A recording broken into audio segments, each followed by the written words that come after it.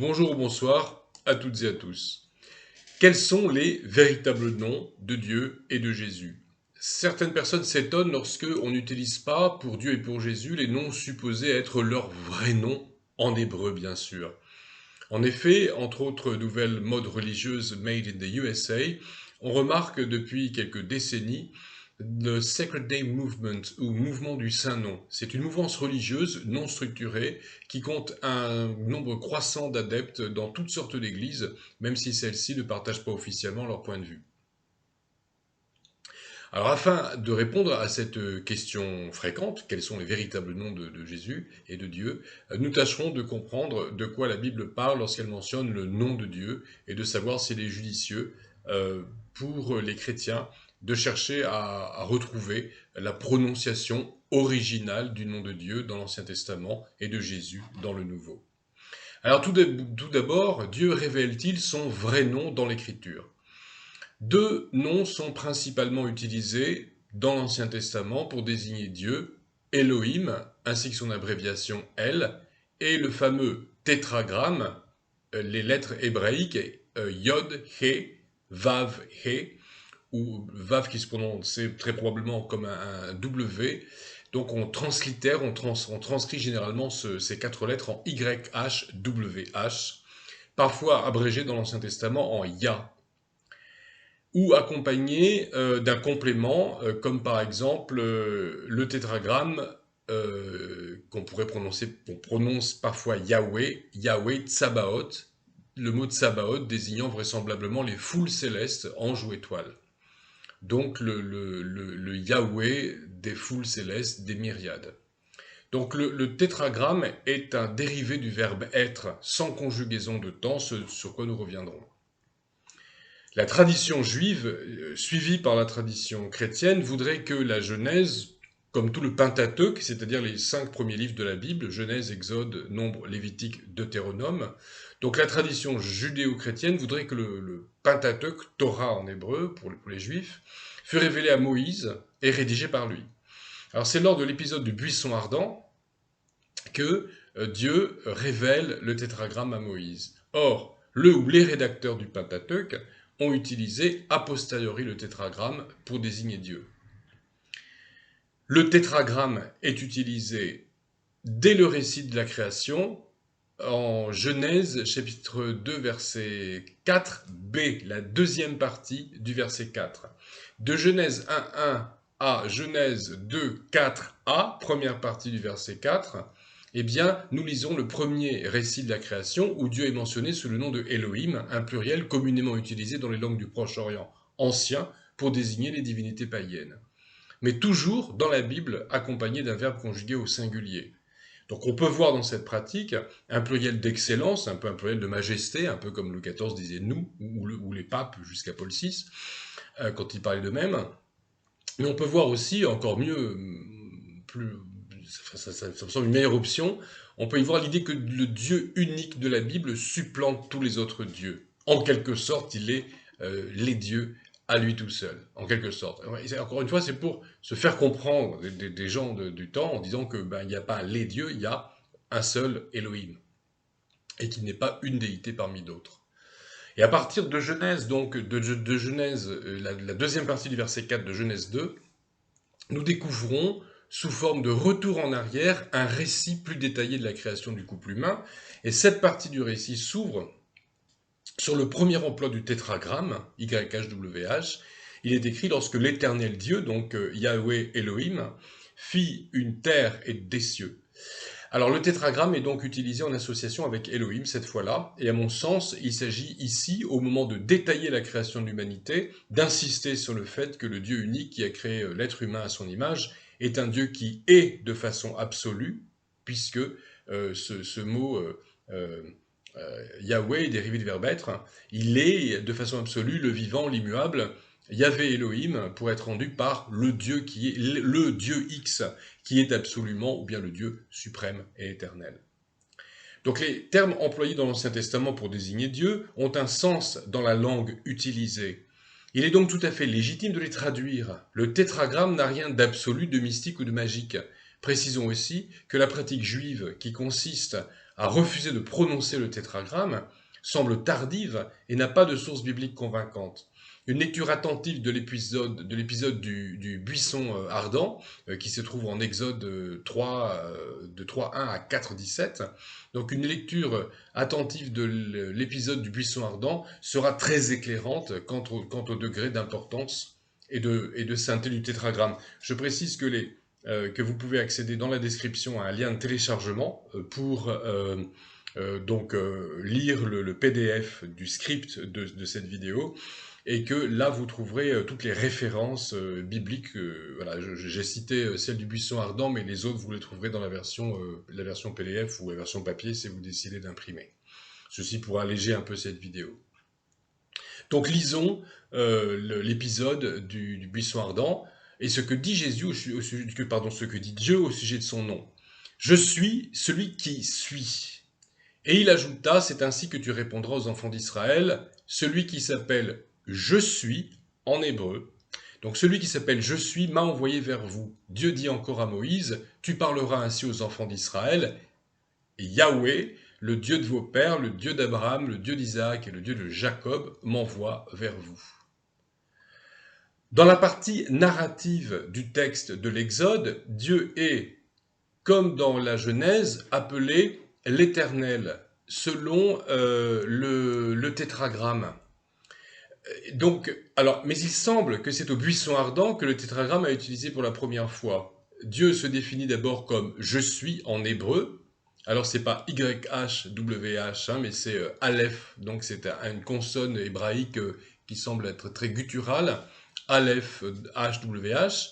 Et pour la première, ensuite la première lettre dans le tétragramme est remplacée par un yod qui est rendu par YHWH. Donc d'abord Dieu se définit comme celui qui est, selon le verbe être, qui existe vraiment, à la différence des faux dieux vénérés par les Égyptiens qui retiennent les Hébreux en esclavage. Donc il passe d'un verbe conjugué à un verbe quelque part figé dans l'éternité.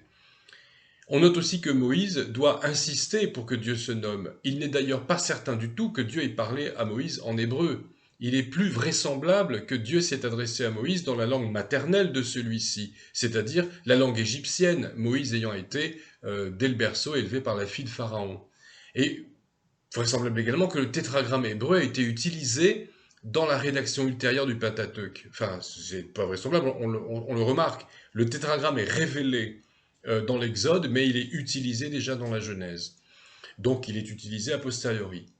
Il n'y a décidément aucune raison de considérer le tétragramme, quelle que soit la façon dont on le prononce, comme un mot absolu, magique, qui serait plus sacré qu'un autre.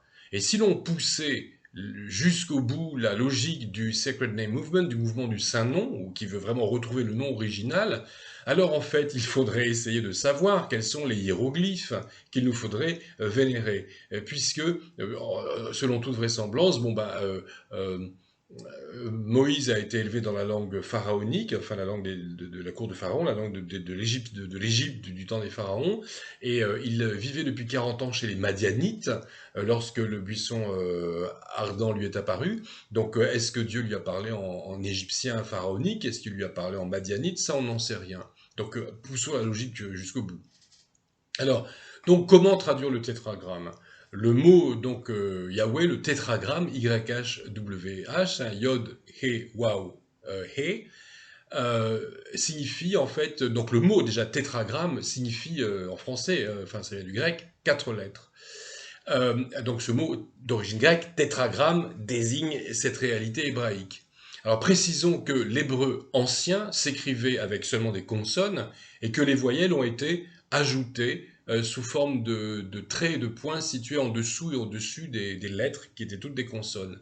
Donc à partir d'une période qui est difficile à dater, les Juifs, pour assurer la lecture à haute voix de la Bible hébraïque, ont remplacé le tétragramme par l'expression Adonai qui signifie mon Seigneur. Mais Adonai est un remplacement, ce n'est pas la prononciation du tétragramme.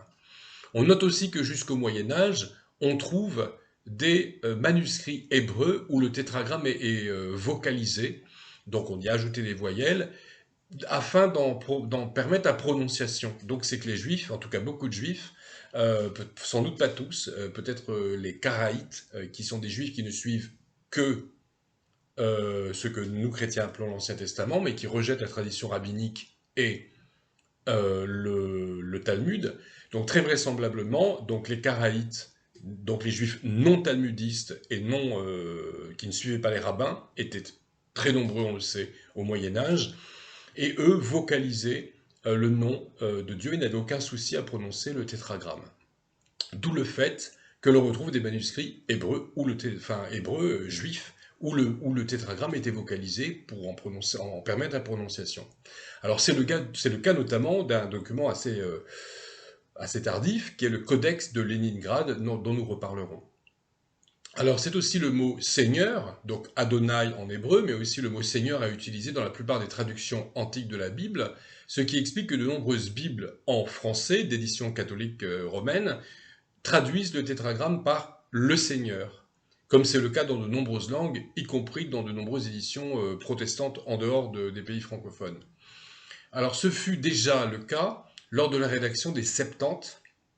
Alors la traduction des Septante, c'est la principale traduction grecque de l'Ancien Testament, qui a été réalisée vers l'an 270 avant l'ère chrétienne, et également dans la Vulgate, qui est la traduction latine des deux testaments, de l'Ancien et du Nouveau Testament, la traduction latine de la Bible par Jérôme de Syrion vers l'an 400 de notre ère. Et là, le tétragramme est traduit dans l'Ancien Testament par Jérôme de Syrion par le mot Dominus, c'est le Seigneur. Et c'est également le mot Seigneur en grec qui traduit le tétragramme dans les citations de l'Ancien Testament dans le Nouveau. C'est-à-dire que quand le Nouveau Testament cite l'Ancien Testament, le tétragramme devient le Seigneur. Donc la traduction le Seigneur est donc avérée depuis au moins 23 siècles, mais demeure, comme toute traduction, sujette à discussion.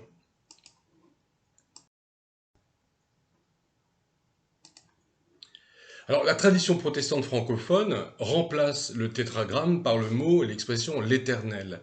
Et cette expression a été utilisée pour la première fois par Pierre-Robert Olivetan, qui fut le premier à traduire la Bible en français à partir non pas de la traduction latine, mais des textes hébreux, araméens et grecs. Et sa traduction fut éditée en 1535. Alors voilà ce qui est écrit dans la préface. Alors j'utilise la traduction du français ancien au français contemporain proposée par l'Action biblique. Donc le texte là que je vais lire, c'est pas tout à fait le texte d'Olivetan parce que le texte en français du XVIe siècle est un peu plus compliqué. Donc je veux simplifier. Alors merci à l'Action biblique d'avoir traduit. Voilà ce que dit dans sa préface à la Bible Olivetan. Désirant montrer la vraie propriété et la signification de ce mot, le tétragramme, je l'ai exprimé selon ses origines, au plus près qu'il m'a été possible, par le mot éternel, car le tétragramme vient de HWH, qui veut dire et. Or, il n'y a que lui qui soit vraiment et qui fasse être toute chose, que lui Dieu. Le nommer, comme les Juifs, Adonai, c'est-à-dire Seigneur, ce n'est pas remplir et satisfaire à la signification et majesté du mot. Car Adonai, en l'écriture, est communicable aux hommes comme à Dieu, c'est-à-dire qu'un homme aussi peut être appelé un Seigneur. Et c'est le cas effectivement dans certains passages de la Bible. Mais Yahweh est incommunicable, ne se pouvant approprier ni attribuer, sinon qu'à Dieu seul, dans son essence. Alors, voilà pour la citation d'Olivetan. Le terme éternel a été largement repris ensuite par de nombreuses traductions protestantes de la Bible et en plusieurs langues également, notamment des langues latines et africaines. Alors se pose la question du tétragramme, puisqu'on veut se la poser. Il faut noter que l'ajout de signes diacritiques, les signes qu'on a rajoutés pour prononcer les voyelles sur les consonnes hébraïques, pour en permettre donc la vocalisation, est un phénomène relativement, même extrêmement tardif. Le plus vieux manuscrit vocalisé dont on dispose est le Codex de Léningrad, dont je parlais, dont il était question un peu avant, et ce codex date, selon toute vraisemblance, de l'an 1008 de l'ère chrétienne. Donc la profusion de textes hébreux trouvés à Qumran également, et qui datent de moins 250 jusqu'à plus 75, aucun de ces textes ne contient des vocalisations. Les savants les plus sérieux s'accordent à dire que rien ne prouve que la vocalisation a été effectuée avant le IIe siècle de notre ère. Il est donc impossible de savoir comment Moïse, David et les prophètes prononçaient l'hébreu. Et il faut savoir également qu'à l'époque de Jésus, les Judéens, les Israélites, ne parlaient plus hébreu, mais araméen, et que l'hébreu n'était plus qu'une langue religieuse et liturgique, selon toute vraisemblance. Peut-être certaines familles sacerdotales, d'après certains historiens, parlaient-elles hébreu, mais c'était certainement pas le cas de l'immense majorité des gens. Et Jésus lui-même n'était pas de classe sacerdotale. Alors Jésus parlait très certainement comme les gens du peuple de son temps araméen, et comme il s'adresse aux Romains et aux étrangers avec facilité, il faut savoir que la langue de communication de l'époque n'était pas le latin mais le grec, donc probablement Jésus parlait-il grec. En tout cas, certainement pas l'hébreu. Donc les controverses d'universitaires vont bon train en ce qui concerne la prononciation des langues anciennes qui disposent de voyelles depuis les origines, comme le grec et le latin. Alors le latin, on sait à peu près maintenant comment il se prononce. Il y a effectivement le phénomène du latin restitué, qui s'oppose au latin classique. Le grec, en revanche, ça semble être beaucoup plus compliqué pour savoir comment prononcer le grec classique ou le grec de l'époque du Nouveau Testament. Et on imagine donc les difficultés à reconstituer la prononciation de l'hébreu antique, du fait que durant des millénaires, la prononciation relevait d'une tradition orale qui s'est perdue. Et tout effort pour retrouver la prononciation originale du tétragramme, en particulier, est donc complètement vain. Si Dieu avait voulu que nous utilisions cette prononciation originale du tétragramme pour parler de lui, il aurait permis qu'elle nous soit révélée aussi clairement que l'Évangile dans l'Évangile. Vouloir à tout prix faire dire au texte de la révélation ce qu'il ne dit pas, c'est transformer le christianisme, message clair du salut pour tous, en une secte ésotérique où la vérité serait réservée à une poignée d'initiés ayant effectué des recherches hasardeuses. Or non, le christianisme est une foi qu'on appelle exotérique, c'est-à-dire ouverte à tous, et bien que l'exégèse, c'est-à-dire l'étude des textes dans les langues où la révélation nous est parvenue, soit un exercice nécessaire, la révélation chrétienne peut et doit être traduite, lue et comprise par tous. Alors, intéressons-nous maintenant à la question de savoir comment le nom de Dieu est passé de l'Ancien Testament hébreu au Nouveau Testament en grec. Donc, à l'appui de l'idée selon laquelle le nom de Dieu est un vocable traduisible, idée d'ailleurs qui fut unanimement celle de la chrétienté pendant 19 siècles, jusqu'au XXe siècle, eh bien, à l'appui de cette idée, nous constatons que le Nouveau Testament, lorsqu'il cite l'Ancien, traduit le tétragramme, comme je disais tout à l'heure, par Ho Kurios, le Seigneur, et il traduit Elohim par Ho Théos, le Dieu. Alors il faut préciser que Théos était utilisé pour désigner les divinités païennes. À certaines époques, ce mot Théos a désigné plus spécifiquement Zeus ou Apollon. Et de même, les rédacteurs du Pentateuque avaient utilisé Elohim, vocable dont on peut dire exactement la même chose. Elohim désigne Dieu dans la Bible, et dans les sources païennes, il désigne les divers dieux du paganisme du Proche-Orient ancien. Ce mot Elohim est voisin du mot Allah en arabe, qui désigne Dieu, y compris chez les chrétiens. Il faut savoir aussi qu'en maltais, Dieu s'appelle Allah, sachant aussi que Malte est un pays de culture catholique. Le propre de la Bible est de révéler Dieu à des hommes et à des femmes qui ne le connaissent pas en s'adressant à eux selon des termes qu'ils comprennent.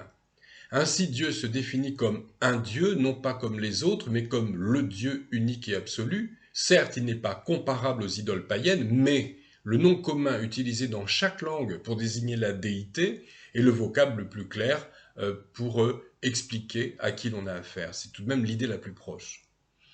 Puisque Dieu lui-même dans la révélation n'a pas dédaigné de se faire, de se définir comme Elohim ou Ho-Theos, il n'y a rien de blasphématoire à le désigner par les noms communs équivalents dans les langues actuelles. Le mot français Dieu vient du latin Deus, qui désignait les dieux païens du monde romain, qui vient lui-même du nom grec du dieu païen Zeus. Et ce mot Zeus, ou ce nom Zeus, ou ce mot Deus, viennent de la racine indo-européenne, Deu, qui désigne la lumière en tant qu'objet de culte. Donc ça vient d'une certaine forme d'animisme. L'attitude qui consiste à vouloir rendre à Dieu son vrai nom peut sembler pieuse, mais elle est, oserais-je dire, plus royaliste que le roi des rois. Dieu n'en a pas fait autant dans sa parole. Donc pire qu'être plus royaliste que le roi des rois, cette tendance remet en question l'authenticité et la suffisance de la révélation biblique, et laquelle révélation biblique se trouve effectivement accusée d'imperfection, puisque le soi-disant vrai nom de Dieu ne se trouve pas dans les textes hébreux, araméens et grecs, ou en tout cas grecs du Nouveau Testament tel qu'il a plu à Dieu de nous transmettre.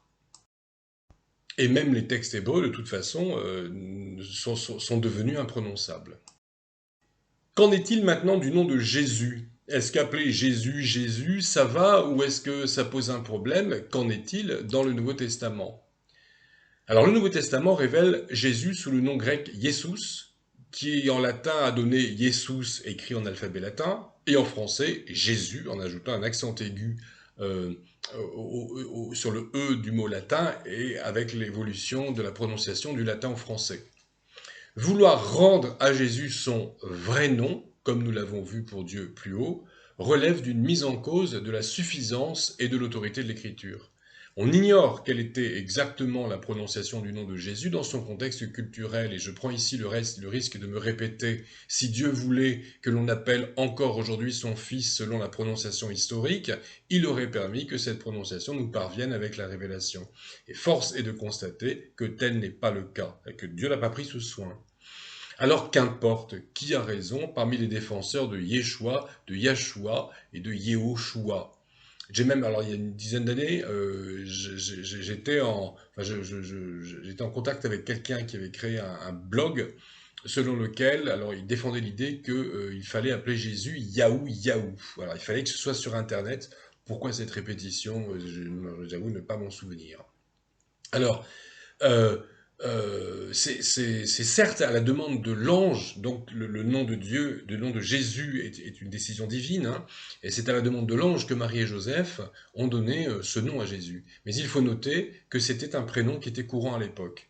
C'est le même prénom que Josué, Josué étant le successeur de Moïse. Les 70 traductions en grec de l'Ancien Testament et le Nouveau Testament appellent Josué, donc successeur de Moïse, Jesus. Et dans le Nouveau Testament, c'est le contexte qui permet de déterminer qu'à deux occasions, on a affaire à Josué et non pas à Jésus. Le nom Josué, Jésus, est fort en signification symbolique, outre qu'il signifie Dieu sauve, et c'est aussi le nom donné au mystérieux souverain sacrificateur de la prophétie de Zacharie 3. Donc certains voient là une révélation du nom du Messie. De plus, Josué fut le successeur de Moïse, et c'est lui qui a conduit les Hébreux dans la terre promise. De la même manière, Jésus est le nouveau Moïse, celui qui nous fait entrer dans la nouvelle alliance et qui, comme Josué, comme le Josué historique, nous ouvrira les portes de la nouvelle Jérusalem, comme Josué a conduit le peuple en terre promise. Alors comme Moïse détermina son ministère en prononçant une béatitude, et il est mort sur le mont Nebo, mais il a terminé son ministère en prononçant une béatitude.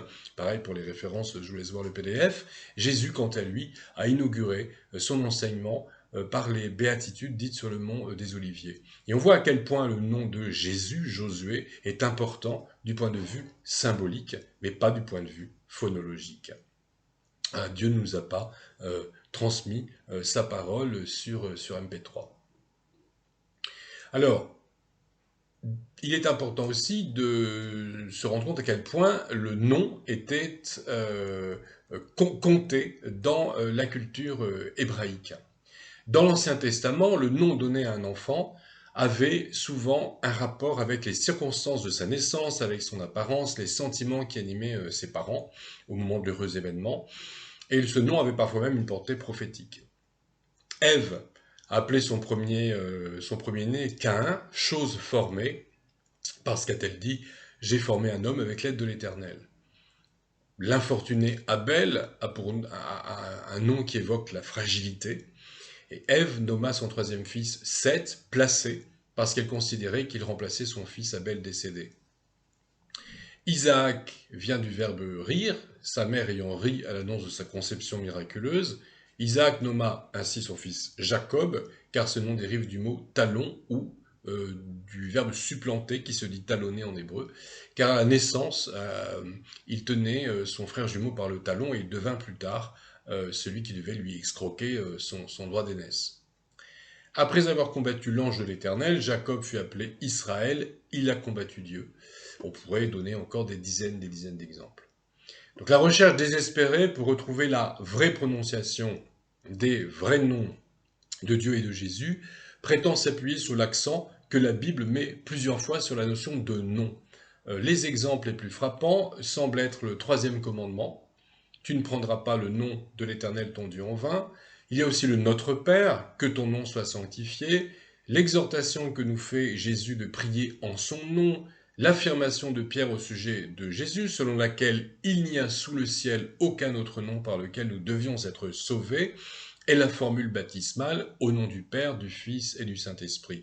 Donc l'importance du nom de Dieu et du nom de Jésus est colossale. Mais encore faut-il savoir de quoi il s'agit, ne pas se méprendre et ne pas s'attarder sur des vétilles. Donc nous reviendrons sur ces 5 passages. Même dans notre culture francophone contemporaine, donc là j'insiste sur la signification du nom, qu'est-ce que c'est que le nom? Donc même dans notre culture francophone contemporaine, le mot nom a plusieurs sens. Ainsi mon nom, ce sont les mots qui servent à me désigner selon l'état civil et dans les rapports sociaux. Mon voisin s'appelle Marcel Chambier, c'est son nom au sens premier. Il suffit de dire ces 2 mots pour savoir à qui on parle et pour qu'il se retourne si je l'appelle dans la rue.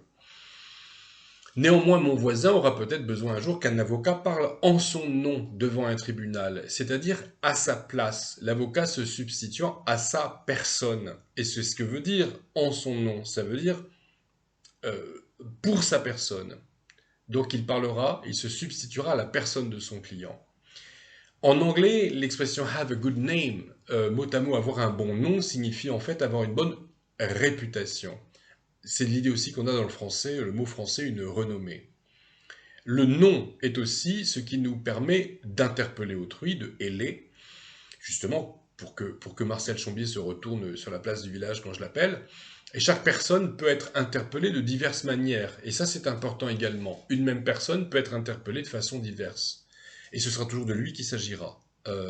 Pour ma part, bien mes amis m'appellent Frédéric, les plus proches Fredo, mes élèves Monsieur Marais, mes enfants Papa, et j'espère que bientôt quelques petites frimousses m'appelleront Papy. Dans tous les cas, je sais et je saurai que c'est à moi que l'on s'adresse. On peut aussi m'interpeller avec un fort accent étranger ou en babillon. Eh bien, je ne me formaliserai pas. Et c'est pareil aussi pour les objets. Hein. On sait depuis très longtemps, les philosophes grecs, il y a 25 siècles, se sont penchés sur le sujet. Le pain, est-ce que le mot grec arthos est vraiment attaché au mot pain, ou est-ce que il est légitime d'appeler le pain pain en français, panem en latin, pan en portugais, pan en espagnol, pane en italien, bread en anglais, brood en allemand, brood en néerlandais, en danois, tout ça, il y a rien de plus légitime. En fait, tout est légitime dans la mesure où on parle une langue de façon à être compris des autres. Donc le mot n'est pas attaché intrinsèquement à la chose et le nom, la désignation, n'est pas non plus attaché intrinsèquement à la personne. Donc nous nous sommes là beaucoup rapprochés de la conception hébraïque où le mot Shem, qui veut dire le nom, alors désigne certes le nom social mais aussi la personnalité et la réputation. C'est finalement pareil chez nous. Le nom de Dieu est aussi la possibilité que Dieu nous offre de l'invoquer. Donc si nous limitons la notion de nom à celle de mot qui sert à désigner une personne, et si la prononciation originelle était si importante, il faudrait conclure que que les 5 versets cités plus haut veulent dire simplement que nous devons prononcer le nom de Dieu à bon escient. Mais cette conception nous ferait évacuer l'idée que le troisième commandement concerne aussi l'usage qui est fait de la réputation de Dieu, une exhortation à ne pas faire n'importe quoi sous prétexte de le servir. Alors n'allons pas croire que nous ne serons exaucés et sauvés qu'en prononçant correctement le nom de Dieu, lequel et en quelle langue, selon les conclusions de quel scientifique, et l'évangile de la grâce dans tout ça, s'il faut être sauvé par une formule magique. N'allons pas non plus nous fourvoyer dans l'idée que nous devons être baptisés sur la prononciation exacte du nom au singulier du Père, du Fils et du Saint-Esprit. Ainsi, la vérité biblique est que le troisième commandement nous ordonne de ne pas parler de Dieu de façon indigne, et nous devons le traiter dignement, quel que soit, et nous devons en parler dignement, quel que soit le vocable utilisé, et dans quelque langue que ce soit. Et nous ne devons rien faire en son nom, c'est-à-dire sous prétexte de le servir, qui serait en fait en contradiction avec sa parole et sa volonté. La guerre, par exemple. Donc, mener une guerre pour des raisons religieuses, c'est une façon particulièrement inique de ne pas sanctifier le nom de Dieu et d'en faire un mauvais usage, de prendre en vain le nom de Dieu. Donc là, c'est autre chose qu'une histoire de prononciation. Lorsque Jésus nous demande de prier le Père en disant que ton nom soit sanctifié, il s'agit que Dieu soit reconnu pour ce qu'il est, et lorsqu'il nous invite à prier en son nom, il s'agit de nous adresser au Père en nous réclamant des mérites de Jésus, de sa personne et de ses enseignements, sans chercher à savoir comment sa maman l'appelait en araméen. Alors ce n'est pas non plus par la phonologie que nous sommes sauvés, mais par les mérites, par la personne de notre Seigneur Jésus. Et quant à la formule baptismale, au nom du Père, du Fils et du Saint-Esprit, elle nous enseigne que par le baptême, nous témoignons du fait que nous sommes réconciliés avec le Père par le mérite du Fils et par l'action de l'Esprit Saint. On note aussi qu'il y a un seul nom, donc une seule personnalité pour les trois, ce qui constitue à mon sens l'argument trinitaire le plus convaincant. Encore une fois, rien à voir avec la phonologie. Alors, ce qui est intéressant maintenant de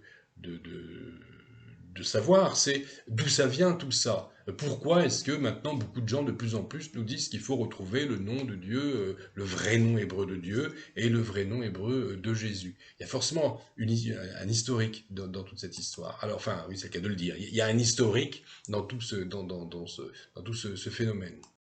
Alors, à quand remonte ce souci de retrouver le vrai nom de Dieu? Alors, j'ai fait des recherches il y a une dizaine d'années sur le sujet, et donc cette idée ne semble pas avoir d'antécédents notables avant les années 30. Avant 1931, très exactement.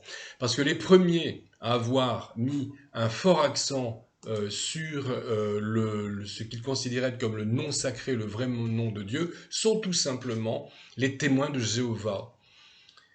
Il n'y a pas d'antécédents, en tout cas je n'ai rien trouvé, et si parmi les personnes qui regardent et qui écoutent cette vidéo, il y a des gens qui ont des informations comme quoi il y a eu ce souci d'une façon notable avant, eh bien je suis preneur. Il y a eu des soucis pour la traduction de la Bible, notamment chez Olivetan, et pas uniquement chez lui, mais ensuite de ça, de dire qu'il y aurait des mots, des appellations qui seraient légitimes et d'autres pas, ça, je n'ai pas trouvé ça avant 1931 chez les Témoins de Jéhovah. Alors en effet, le mouvement des Témoins de Jéhovah a été créé par Charles Russell sous le nom des étudiants de la Bible, et c'est le deuxième président de la société, donc Joseph Rutherford, qui en 1931, par souci de rendre à Dieu son vrai nom, a appelé le mouvement les Témoins de Jéhovah.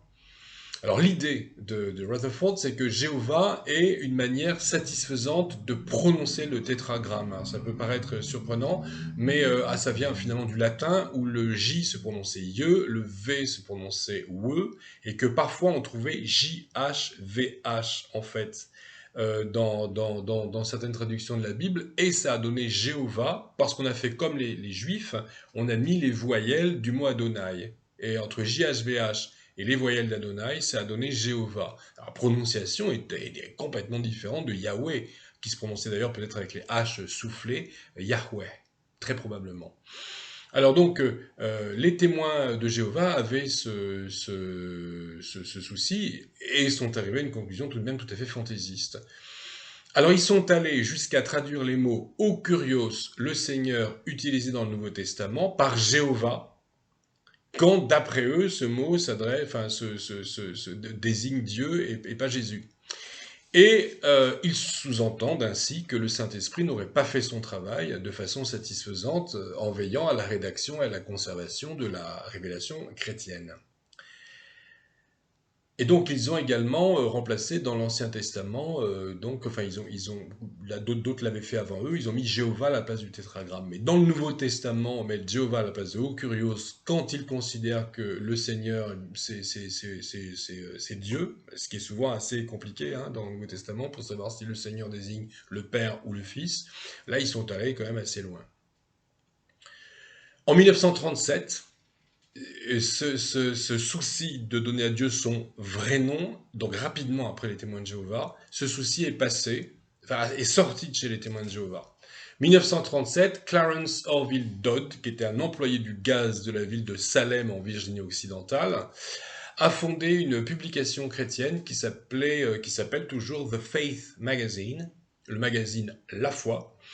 Et ce magazine La Foi, The Faith Magazine, a servi de tremplin aux idées de Dodd, à savoir la nécessité d'observer les fêtes prescrites en Lévitique 23, dites fêtes juives, en tout cas celles qui sont d'origine biblique, mais également, d'après Dodd, la nécessité d'utiliser le nom hébreu de Dieu censé être Yahweh.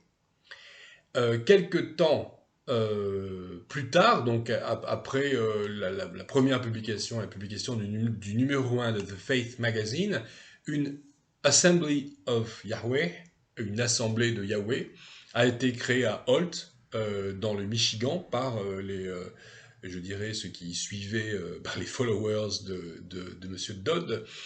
Et donc, ce mouvement s'est développé et est devenu une dénomination. Et c'est cette dénomination encore actuellement qui diffuse The Faith Magazine. Les assemblées de Yahweh affirment, et ça c'est très important quand on veut étudier l'origine et l'histoire, c'est pour ça que savoir l'histoire des choses c'est toujours important, c'est savoir quelles sont les motivations derrière, et l'origine des choses qui passent pour certains pour une vérité. Les assemblées de Yahweh affirment que 2 anges sont apparus aux pionniers de l'assemblée de Holt pour leur révéler le véritable nom de Jésus, et que ce véritable nom serait Yahshua. Nous y voilà, on sait maintenant d'où ça vient, une pseudo-révélation complémentaire à laquelle, pour adhérer, il faut cesser de croire en la suffisance des Écritures. L'assemblée de Yahweh s'est par la suite divisée en une multitude de mouvements et, au-delà de ça, les idées de Dodd se sont répandues sur la planète entière et dans toutes les dénominations protestantes à la faveur de l'engouement pour tout ce qui évoque le judaïsme. Alors, pas uniquement d'ailleurs dans le protestantisme, puisque dans le catholicisme charismatique, il y a aussi cette tendance à appeler Dieu Adonai, Jésus, Yeshua, etc. Alors l'assemblée donc en question a eu un retentissement largement au-delà de ses propres troupes. Alors je parlais effectivement de l'engouement pour tout ce qui évoque le judaïsme, ça fait juif, c'est de l'hébreu, donc c'est bon à prendre dans l'esprit de beaucoup. Alors ça c'est un problème plus vaste. Alors pour preuve, la propension croissante chez certains, dont nous avons déjà parlé, d'utiliser Adonai pour Dieu. Il faut savoir que Adonai, c'est nulle part dans la Bible, enfin il n'y a que très peu d'occurrences où Dieu est appelé Adonai dans la Bible, alors de mémoire 6 fois et 4 fois par Abraham. Voilà. Donc le nom de Dieu, ce n'est pas Adonai. Adonai est utilisé par les Juifs en remplacement du tétragramme. Donc même Adonai, c'est un nom de remplacement. Enfin, c'est hébreu, donc pour certains, ça passe. En 1950, un disciple de Dodd, du nom d'Angelo Traina, un Américain d'origine italienne, Angelo Traina, je pense, a publié un Nouveau Testament du Saint-Nom, le Holy Name New Testament, puis une Bible complète, Holy Name Bible, en 1962. En même temps, il ne s'est pas foulé, si je puis dire, parce qu'il a simplement pris la version traditionnelle anglaise de la Bible, donc qu'on appelle la King James, et il a remplacé le mot God par Elohim dans les deux testaments, The Lord par Yahweh et Jésus, Jesus par Yahshua. Donc, Traina plus fort que le Saint-Esprit, en fait, puisqu'elle a corrigé ce que la divine providence n'avait, selon lui, pas su faire. Alors, penchons-nous quand même sur les conséquences de cette erreur. Est-ce que c'est innocent? Oh, on appelle Dieu Adonai, on loue Adonai, on prie au nom de Yeshua et on salue les gens en disant que des poigneux te bénissent quand on écrit un courriel. Est-ce que c'est si grave? Alors je pense qu'une erreur a toujours une certaine gravité. Nous l'avons vu au cours de notre analyse de l'engouement actuel pour Yahweh, Yeshua et Adonai, des tergiversations à n'en plus finir sur les prononciations qui ne nous sont pas parvenues et des analyses linguistiques, les analyses linguistiques par des gens parfaitement incompétents en la matière, voire une prétendue révélation angélique complémentaire à la révélation scripturaire, eh bien, toutes ces choses-là sont censées être nécessaires. Enfin, elles sont nécessaires pour en arriver là. Donc la chose présente effectivement deux inconvénients au moins et de taille. Donc la première conséquence du mouvement du Saint-Nom et de ses convictions est d'ordre théologique et touche à la source même de la foi. Quitte à accepter une révélation qui viendrait compléter la Bible, alors autant accepter Joseph Smith et se faire mormon. Ne pas accepter la révélation dans sa simplicité, vouloir à tout prix tout expliquer sur des sujets ou des points de détail sur lesquels Dieu ne nous a rien révélé, conduit inexorablement à faire appel à une révélation complémentaire, et c'est tout à fait ce qui se passe dans le mouvement du Saint-Nom. Où la révélation vient de deux anges à Holt, ou d'analyses phonologiques et textuelles complètement et parfaitement sujet à caution. Alors, ici, ce sont deux anges, là, c'est la pseudo-prophétie servie à toutes les sauces, dans d'autres mouvements, l'intuition qui supplante l'écriture sous prétexte de Saint-Esprit, dans toute une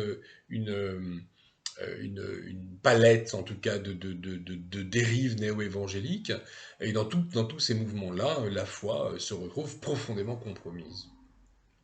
Une autre conséquence de la dérive dodiste est plus pratique, mais elle est tout aussi dramatique, parce qu'elle est de nature à fermer aux pécheurs les voies d'accès à la vérité, et parce que cela touche à l'évangélisation.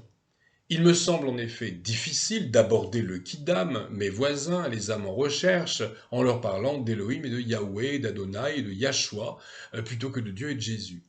Sacrifier l'efficacité de la communion à une lubie et à la fascination de beaucoup pour ce que l'on croit être la culture juive ne peut avoir que des conséquences catastrophiques en termes de crédibilité. Dès le début de l'histoire de la révélation, Dieu a parlé aux humains dans leur propre langue, son but étant de communiquer, de se faire connaître et comprendre. Ainsi, en Genèse 2:20, ce n'est pas Dieu qui nomme les animaux, mais il charge Adam de leur donner les noms qui lui conviennent. Et de même, c'est Adam qui nomme la femme. C'est intéressant également. D'ailleurs, c'est pas un nom. Donc son vis-à-vis, c'est lui qui le nomme. Ce n'est pas Dieu qui lui impose une désignation. Ça, c'est très fort également. Dieu ne répugne pas à se désigner sous le même vocable que les divinités païennes. Les rédacteurs du Nouveau Testament, sous la conduite de l'Esprit Saint, n'hésitent pas à citer l'Ancien Testament à partir des traductions grecques qui leur étaient accessibles et qui n'étaient pas toujours excellentes. Et aujourd'hui, certains voudraient compliquer la communication de l'Évangile pour des enfantillages. Seigneur, prends pitié. Je vois dans le mouvement du Saint-Nom une manifestation naïve de l'obnubilation de beaucoup d'évangéliques pour le judaïsme contemporain ou ce qu'ils croient en savoir et en percevoir. Vous pouvez bien écrire Dieu comme bon vous semble, il faut retenir que ce mot n'a rien de sacré en lui-même au niveau phonologique et graphique. Alors allez chercher midi à 14h et fendre les cheveux en quatre avec des dépoigneux, des Adonai et des Yeshua, c'est une perte de temps. C'est prétendre corriger des insuffisances dans le texte biblique, c'est donc se croire plus savant que Dieu. Le mot de la fin revient, me semble-t-il, à Karl Barth. Lorsque nous cherchons Dieu ailleurs que dans sa parole, autant dire que nous ne le cherchons plus. À la recherche de la vérité théologique, éthique et spirituelle, que le Seigneur nous accompagne.